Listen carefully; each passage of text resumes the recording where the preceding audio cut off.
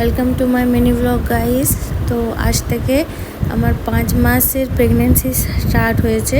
তো অনেক দিন আগে একটা খাট দেখে এসেছিলাম, এইটা পছন্দ হয়েছিল, খাট নেব করে আজ ফাইনালি নিয়েই ফেলেছি। তো খাটটা আজকে ডেলিভারি দিয়ে গেছে।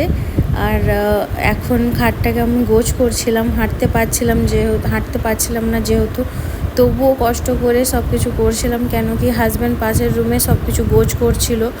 আর ঘরটা প্রচণ্ড পরিমাণে নোংরা হয়েছিল, সব এলোমেলো হয়েছিল, সব গোছগাছ করতে হচ্ছিল, তাই জন্য আমি টুকটাক করে কাজ করে নিচ্ছিলাম। এখানে আমি বালিশের কভারগুলো চেঞ্জ করে আমি বাইরের দিকে ওই কতটা কাজ হয়েছে দেখার জন্য গেলাম। দেখলাম মোটামুটি ওরা কাজগুলো করছে।